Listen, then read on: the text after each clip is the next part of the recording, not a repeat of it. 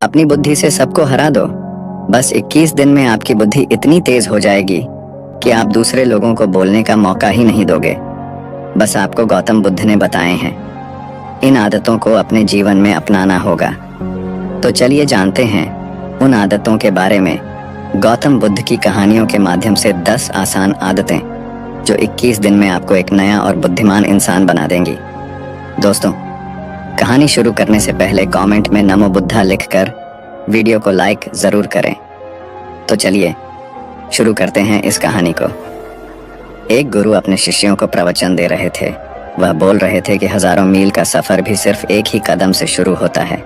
देखा जाए तो अपनी जिंदगी में लक्ष्य हम सभी तय करते हैं, अपने लिए ख्वाब बोलते हैं, खुद को लेकर कई सारे सपने भी देखते हैं, लेकिन अपने लक्ष्य, अपनी मंजिल के पीछे भागने की बजाय ज्यादातर लोग अपने उन ख्यालों के पीछे भागते रह जाते हैं जिनका शायद सच्चाई से कोई वास्ता ही नहीं है, जो सिर्फ उनके दिमाग की एक उपज है। इन सभी गैर जरूरी ख्यालों के पीछे भागते हुए वह इस बात का अंदाजा लगाने की कोशिश भी नहीं करते कि वह ख्याल सकारात्मक है या नकारात्मक, सच है या उनके दिमाग की सिर्फ एक उपज है या वह किसी और से प्रभावित है। उसका सच्चाई से कोई संबंध है भी या नहीं। और शिष्यों, इसीलिए ज्यादातर लोग अपनी मंजिल तक नहीं पहुंच पाते और जीवन भर असफल रह जाते हैं। गुरु यह सब बोल ही रहे थे कि तभी एक शिष्य खड़ा होता है और गुरु से कहता है, गुरुदेव, आपने यह तो बता दिया कि ज्यादातर लोग असफल क्यों होते हैं, लेकिन क्या आप हमें यह बता सकते हैं कि हम सफल कैसे हो सकते हैं?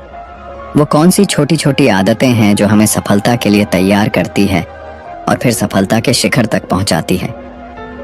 गुरु ने शिष्य का पूरा प्रश्न बड़े ध्यान से सुना और फिर हाथ के इशारे से उसे बैठने का आदेश देते हुए अपने सभी चीजों से कहा, जीवन में सफल होने के लिए सिर्फ जोश और इच्छा शक्ति का होना ही आवश्यक नहीं है, क्योंकि यह दोनों चीजें सिर्फ हमें प्रेरित करके हमसे काम की शुरुआत करवा सकती है। लेकिन पूरे जोश और उत्साह के साथ लंबे समय तक अपने लक्ष्य पर टिके रहने और दूर के बड़े लक्ष्यों को हासिल करने के लिए हमें उन आदतों को अपनी रोजमर्रा के जीवन का हिस्सा बनाना पड़ेगा जो व्यक्ति को सफलता के लिए तैयार करती है और उसे सफल बनाती है।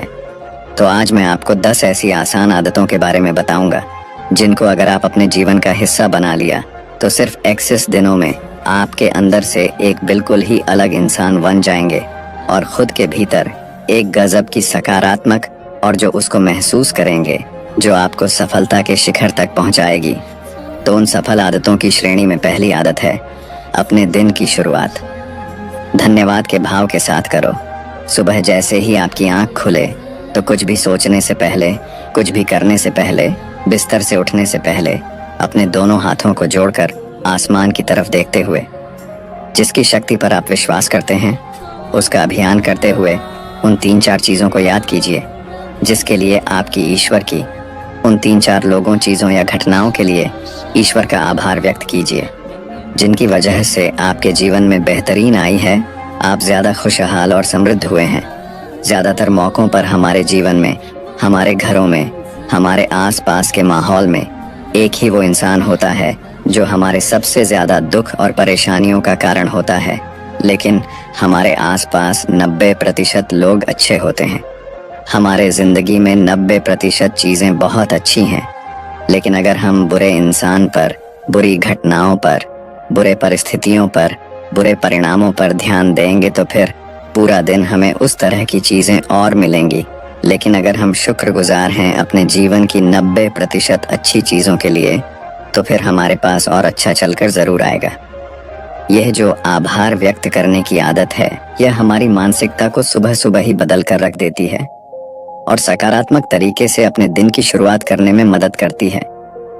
इस अभ्यास को करने में बहुत थोड़ा सा ही समय लगता है, लेकिन यह आपके पूरे दिन के काम करने के तरीके, आपकी मानसिकता और आपके विचारों को पूरी तरह से बदल कर रख सकती है। सफल आदतों की श्रेणी में दूसरी आदत है आपको हर दिन व्यायाम जरूर करना चाहिए। आप चाहे दौड़ लगाएं, कसरत करें, योगासन करें या फिर प्राणायाम, लेकिन आपको हर सुबह कोई ना कोई ऐसी क्रिया जरूर करनी है जिसमें आपके शरीर को मेहनत करनी पड़े, उसे पसीना बहाना पड़े। यह इंसानी शरीर बना ही मेहनत करने के लिए है। इसे हर समय आराम देने से यह निष्क्रिय, कमजोर और रोगग्रस्त हो जाता है। व्यायाम करना न सिर्फ आपके शरीर को फायदा पहुंचाता है बल्कि यह आपके दिमाग और आपके मानसिक क्षमताओं को बढ़ाने में भी कमाल करता है। रोज व्यायाम करने से आपका शरीर और मन मजबूत होता है। आपके अंदर एक अलग ही आत्मविश्वास और तेज का जन्म होता है जो आपकी सफलता की राह में आपके सहायक बनते हैं। सफल आदतों की श्रेणी में तीसरी आदत है, लक्ष्य निर्धारित करो और अपने दिन को योजना के अनुसार चलाओ। रात में सोने से पहले ही अगले दिन के 3 सबसे महत्वपूर्ण कामों को निश्चित कर लो और उन्हें लिख लो। फिर उसी के अनुसार अपने पूरे दिन की योजना बनाओ और उस पर अमल करो। अगर कोई व्यक्ति योजना बनाकर अपने दिन की शुरुआत नहीं करता और कोई सभी काम कभी भी करता है तो ऐसा व्यक्ति कभी भी अपने पूरे दिन का सदुपयोग नहीं कर सकता।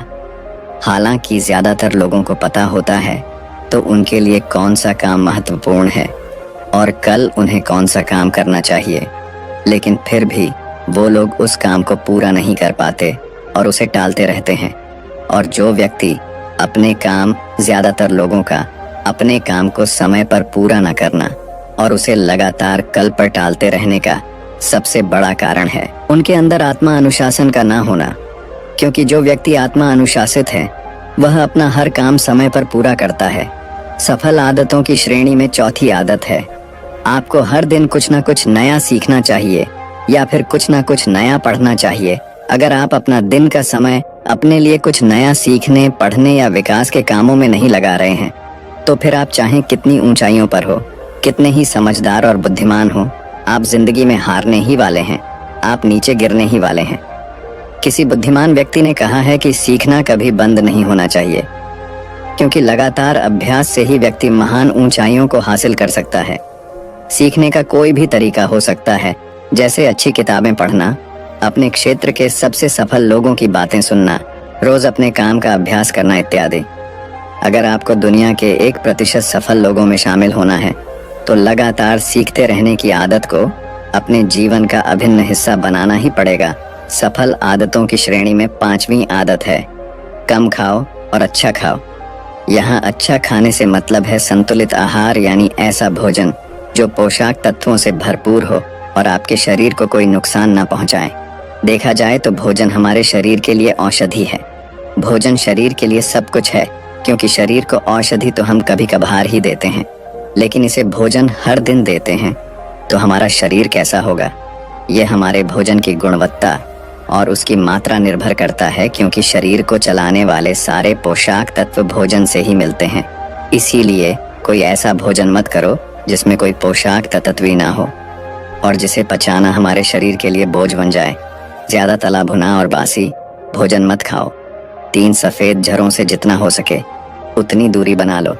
पहला सफेद झर है मैदा, चीनी और मैदा से तो हमारे शरीर को कोई भी पोषक तत्व नहीं मिलता और इन्हें पचाना भी शरीर के लिए बहुत मुश्किल होता है। इसलिए इनका सेवन कम से कम करो। भोजन मन भरने के लिए नहीं, पेट भरने के लिए करो। जब भूख लगी तभी भोजन करो। हमेशा अपनी भूख से थोड़ा सा कम खाओ। रात में जितना जल्दी हो सके उतना जल्दी भोजन करने का प्रयास करो। अपने आहार में जीवित भोजन जैसे फल, हरी सब्जियां, साबुत अनाज, सूखे में वे भी इत्यादि का सेवन जरूर करो। सुबह उठते ही खाली पेट पानी पियो। भोजन करने से पहले पानी पियो, लेकिन भोजन करने के तुरंत बाद पानी कभी मत पियो। भोजन हमेशा शांत चित्त और प्रसन्न मन के साथ करो और भोजन ग्रहण करते समय उसका पूरा आनंद लो। हम जैसा अपने शरीर को भोजन देते हैं यह उसी के अनुसार काम करने लगता है। इसीलिए अपने भोजन और उसकी गुणवत्ता का ध्यान रखो। सफल आदतों की श्रेणी में 6ठी आदत है, उनके साथ हर दिन थोड़ा सा समय बिताओ।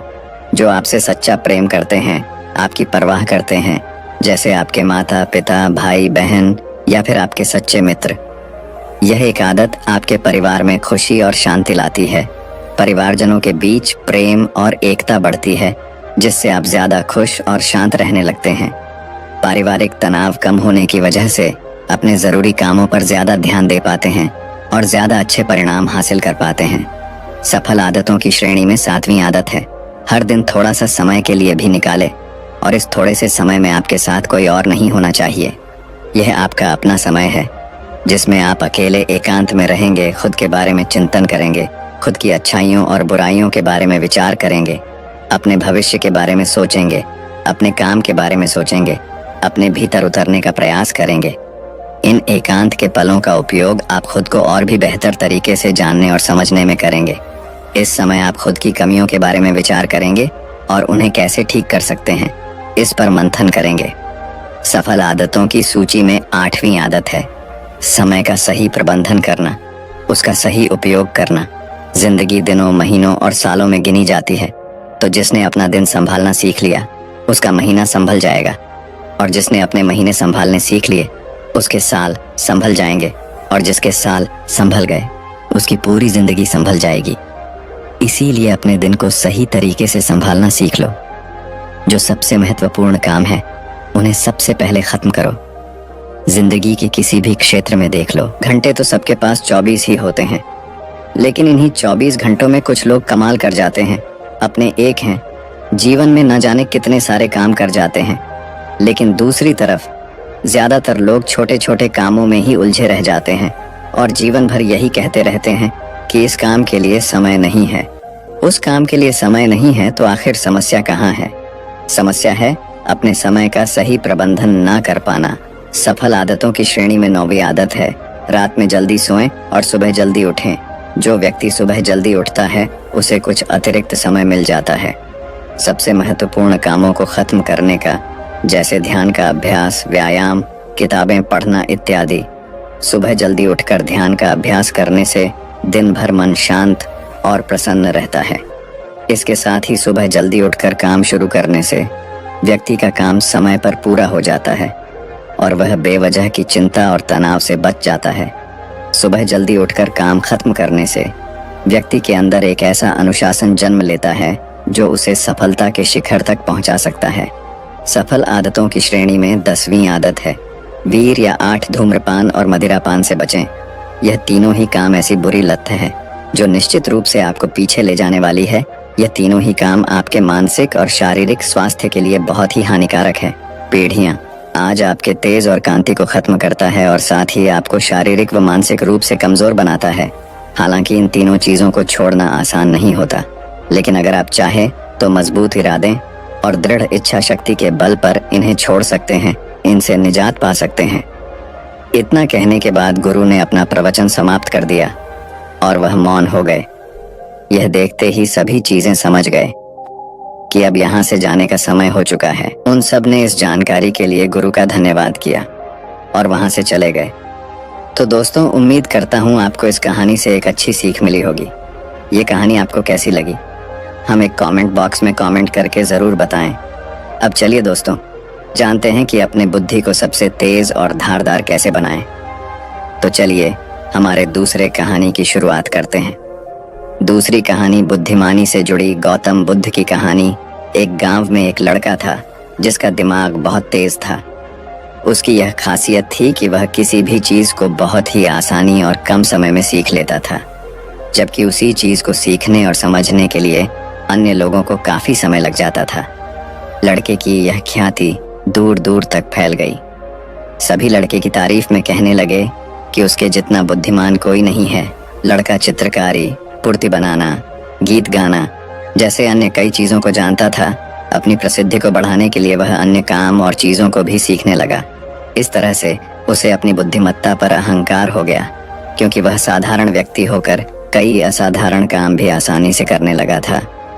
एक दिन लड़के का सामना भगवान गौतम बुद्ध से हुआ। लड़के को खुद पर खूब अहंकारी था और इस कारण उसे किसी से ईर्ष्या नहीं होती थी, क्योंकि वह खुद को ही श्रेष्ठ समझता था। लेकिन पहली बार उसे गौतम बुद्ध को देख ईर्ष्या हुई और वह अपनी तुलना बुद्ध के साथ करने लगता है।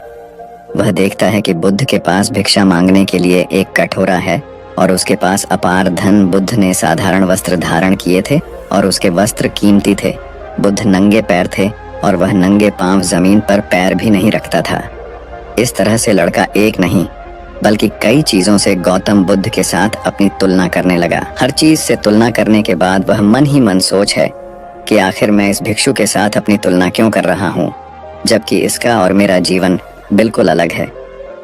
वहां मौजूद सभी लोग गौतम बुद्ध का सम्मान कर रहे थे।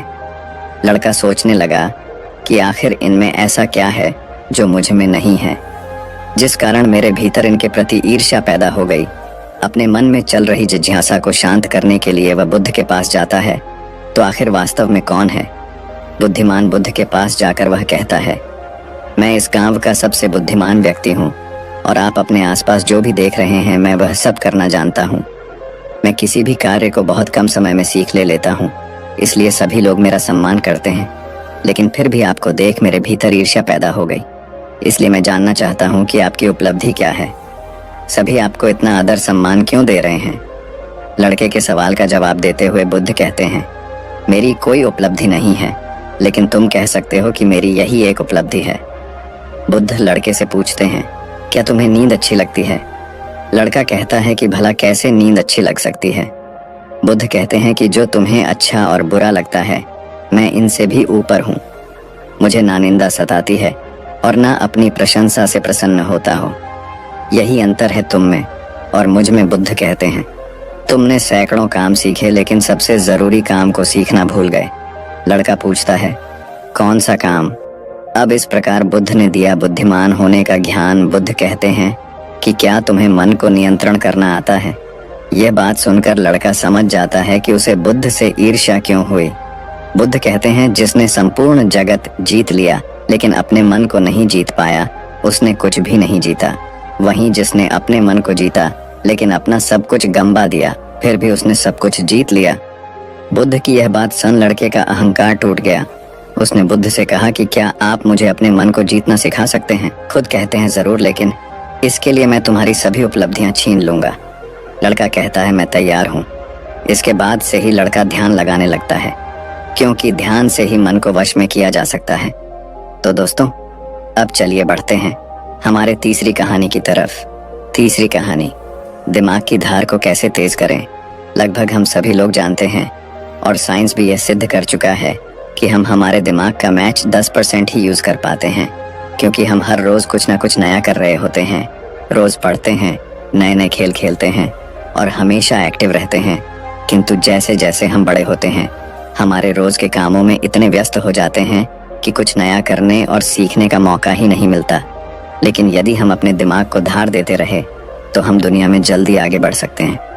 ये सीखा मैंने इस कहानी से। अफ्रीका में एक पेड़ काटने वाली कंपनी थी, जिसमें वहाँ के लोग पेड़ काटने का काम करते थे। जिसमें जॉन नाम का एक वर्कर था जो पिछले 8 सालों से पेड़ काटने का काम कर रहा था। उसी कंपनी में एक बिल नाम का नया वर्कर लगता है और एक ही साल में उसकी सैलरी बढ़ जाती है और प्रमोशन भी मिल जाता है। यह बात जॉन को पता लगती है तो वह कंपनी के मैनेजर के पास जाता है और कहता है, सर, इस कंपनी में मेरे साथ अन्याय हो रहा है। मैनेजर बोलता है, नहीं जॉन, इस कंपनी को मैं मैनेज करता हूँ, ऐसा तो कुछ नहीं है। अगर तुम्हें कोई प्रॉब्लम है तो मुझे बताओ। जॉन बोलता है, सर, मैं पिछले 8 साल से काम कर रहा हूँ लेकिन मेरा प्रमोशन नहीं हुआ और सैलरी भी वही है। लेकिन बिल, जो कि 1 साल पुराना ही है, उसकी सैलरी बढ़ गई और प्रमोशन भी हो गया, जबकि प्रमोशन तो मेरा होना चाहिए था। इसके बाद मैनेजर बोलता है, देखो, तुम बहुत ही ईमानदार और मेहनती हो, मैं यह बात मानता हूँ, लेकिन कंपनी के नियम के अनुसार जो ज्यादा पेड़ काटता है उसे ज्यादा सैलरी मिलती है और प्रमोशन भी जल्दी होता है। तुम पहले भी रोज 4 पेड़ काटते थे और अब भी 4 पेड़ ही काटते हो, लेकिन वो रोज 8 पेड़ काटता है, इसलिए उसे जल्दी प्रमोशन मिला। तुम भी रोज 8 पेड़ काटो, तुम्हें भी प्रमोशन मिल जाएगा। यह बात सुनकर जॉन लौट जाता है और रोज से ज्यादा मेहनत करता है और ज्यादा देर तक काम करता है। कुछ दिनों के बाद जॉन फिर मैनेजर के पास आता है और बोलता है, सर, मैं अब ज्यादा मेहनत कर रहा हूँ और ज्यादा समय तक काम करता हूँ, लेकिन यह बात तो तुम्हें बिल ही बता पाएगा। तुम बिल से जाकर पूछ लो। अगले दिन जॉन बिना संकोच किए बिल के पास जाता है और पूछता है कि तुम रोज 8 पेड़ कैसे काट लेते हो? मैं पूरी मेहनत करके भी सिर्फ 4 से 5 पेड़ ही काट पाता हूँ। तुम मुझे बता सकते हो कि तुम पेड़ कैसे काटते हो? बिल कहता है, पहले तुम बताओ जॉन की, तुम अपनी कुल्हाड़ी को धार कब लगाए थे? जॉन, मैंने पिछले हफ्ते ही धार लगाई थी।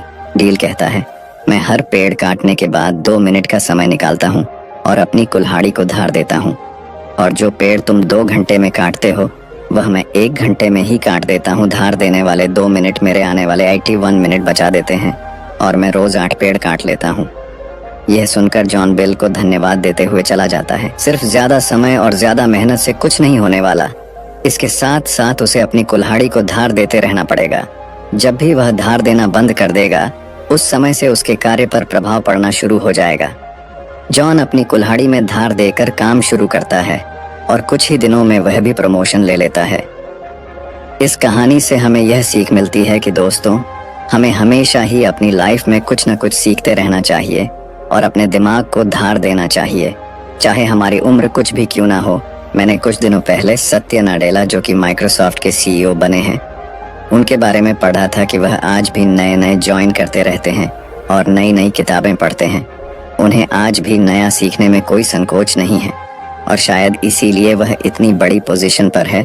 सक्सेस वही होते हैं जो समय के साथ बदलते हैं और प्रगतिशील रहते हैं। जिस तरह तालाब का पानी एक जगह स्थित होकर कुछ ही दिनों में सड़कर बदबू देना शुरू कर देता है, लेकिन नदी जो हमेशा बहती रहती है, प्रगतिशील होती है, उसका पानी साफ होता है। उसी तरह से जो लोग नई नई चीजें पढ़कर और सीखकर अपने दिमाग को धार देते हैं, उसके राज्य में सब खुशहाल थे। पर राजा एक बात को लेकर बहुत चिंतित रहा करता था कि धर्म प्रदर्शन पर लोगों के विचारों में सहमति क्यों नहीं बनती। एक बार राजा विभिन्न धर्मों के उपदेशों को आमंत्रित किया और एक विशाल कक्ष में सभी को एक साथ रहने का प्रबंध करते हुए कहा, अब अगले कुछ दिनों तक सब एक साथ रहेंगे और आपस में विभिन्न धर्मों और दर्शनों पर विचार विमर्श करेंगे, और जब सभी के विचार एक मत हो जाएंगे तो मैं आपको ढेरों उपहार देकर यहाँ से विदा करूंगा। और ऐसा कहते हुए राजा वहां से चला गया। कक्ष में घोर विचार विमर्श हुआ। सभी अपनी अपनी बात समझाने में लगे रहे, पर कुछ दिन बीत जाने पर भी वे एक मत नहीं हो पाए। पड़ोसी राज्य में रहने वाले एक महात्मा जी को जब यह बात पता चली तो वह तुरंत राजा से मिलने पहुंचा। उसने कहा, हाय राजन, मैंने सुना है कि तू बड़ा दानी है, क्या तू मुझे भी दान देगा? महात्मा जी बोले, अवश्य बताइए, आपको क्या चाहिए? राजा बोला, महात्मा जी, मुझे तेरे अनाज की गोदाम से कुछ अनाज चाहिए। राजा जी, बिल्कुल, आप मेरे साथ आइए। राजा उन्हें गोदाम तक ले गया। वहां पहुंचते ही महात्मा जी बोले, अरे यह क्या राजन, तुम्हारे गोदाम में तो तरह तरह के अनाज रखे हैं, तुम इन सब की जगह कोई एक ही अनाज ही क्यों नहीं रखते? राजा को यह सन थोड़ा अचरज हुआ और वह बोला, यह कैसे संभव है? अगर मैं गेहूं, चावल, दाल इत्यादि की जगह बस एक अनाज ही रखूंगा तो हम अलग अलग स्वाद और पोषण के भोजन कैसे कर पाएंगे? और जब प्रकृति ने हमें इतने ढेर सारे आने दिए हैं तो बस किसी एक अन्य का ही प्रयोग करना कहाँ की बुद्धिमानी है? महात्मा बोले, बिल्कुल सही राजा, जब तुम विभिन्न अनाजों की उपयोगिता एक से नहीं बदल सकते तो भला विभिन्न धर्मों के विचारों और दर्शनों को एक कैसे कर सकते हो? सबकी अलग अलग उपयोगिता है और वे समय समय पर मनुष्य का मार्गदर्शन करते हैं। महात्मा जी ने अपनी बात पूरी करते ही राजा को अपनी गलती का एहसास हो गया और उसने कक्ष में बंद सभी उपदेशकों से क्षमा मांगते हुए उन्हें विदा कर दिया। दोस्तों, यदि पूरी मानव जाति बिल्कुल एक जैसा ही सोचती तो हम कभी इतनी प्रगति नहीं कर पाते। हमारे विचार ही हमें दूसरों से अलग बनाते हैं। अगर कभी आपका विचार औरों से मेल ना खाएं तो इसमें घबराने की जरूरत नहीं, बल्कि यह देखने की जरूरत है कि पूरी पिक्चर में आपका विचार कहाँ फिट हो सकता है। और दूसरी तरफ, यदि किसी और का विचार आपसे मेल ना खाएं तो उस पर नाराज होने की बजाय ये समझने का प्रयास करना चाहिए कि उसकी सोच का कहाँ और कैसे यूज किया जा सकता है। तो अब दोस्तों, चलिए बढ़ते हैं हमारे 5वें कहानी। एक बार की बात है, एक व्यापारी व्यापार करने के लिए विदेश गया हुआ था। वहां उसका कारोबार बहुत अच्छा चल रहा था। वह धन कमाने में इतना व्यस्त हो गया था कि उसे समय का भान ही न रहा। आखिर उसने एक दिन अपने घर लौटने का फैसला कर ही डाला और कमाया हुआ बहुत सारा धन लेकर घर के लिए चल पड़ा। जब घर पहुंचा तो रात हो चुकी थी। घर का मुख्य द्वार बंद था, लेकिन एक शयन कक्ष की खिड़की से रोशनी बाहर आ रही थी। उसने खिड़की में से अंदर झांक कर देखा। उसने जो देखा सहसा उसे विश्वास ही नहीं हुआ। उसे अपने पैरों के नीचे से जमीन खिसकती हुई प्रतीत होने लगी। उसने देखा कि शयन कक्ष में उसकी पत्नी के पास एक युवक भी लेटा हुआ है। ऐसी स्थिति में उसका अपनी पत्नी के चरित्र पर संदेह होना अस्वाभाविक नहीं था। व्यापारी ने विचार किया कि ऐसे घर में रहने का क्या औचित्य हो सकता है जहां ऐसी स्त्री हो। उसने फौरन निर्णय लिया कि पत्नी और उसके पास लेटे युवक को मारकर चुपचाप वापस निकल जाऊंगा और अलग घर बसाने का प्रयास करूंगा। तभी उसकी नजर शयन कक्ष की दीवार पड़ी, जहां एक श्लोक लिखा था, उसने उस श्लोक को पढ़ा। श्लोक में लिखा था, सहसा विधति इतना क्रियाम विविव परमापदाम। विरणुति व किसी कार्य को बिना विचारे एक कायक नहीं करना चाहिए, क्योंकि सोच विचार ना करना बड़ी विपत्तियों का कारण है। जितनी भी प्रकार की संपत्ति आंखें सोच समझकर कार्य करने वाले व्यक्तियों के गुणों से आकर्षित होकर स्वयं ही उसके पास आ जाती हैं, उसे समृद्ध कर देती हैं। ये पढ़ते ही व्यापारी ने अपना निर्णय बदल दिया और घर का दरवाजा खटखटाया। पत्नी ने दरवाजा खोलने से पहले काफी पूछताछ की और जब वह पूरी तरह से आश्वस्त हो गई कि दरवाजा खटखटाने वाला उसका पति है, तो उसने शीघ्रता से दरवाजा खोल दिया। पति को देखकर पत्नी की प्रसन्नता की सीमा न रही। उसने फौरन युवक को भी जगाया और पति से कहा कि यह आपका पुत्र है, जो अब पूरे 20 वर्ष का हो गया है। 18 वर्ष पहले जब आप विदेश गए थे तो यह 2 साल का था। बाबा तिरेक में पिता की आंखों से आंसू बहने लगे। उसने पुत्र को हृदय से लगाकर प्यार किया। अब व्यापारी का संदेह खत्म हो चुका। दोस्तों में एक श्लोक के सार्थक संदेश ने न केवल उसे पुत्र हत्या होने के पाप से बचा लिया, अभी तो उसकी गृहस्थी भी उजड़ने से बच गई।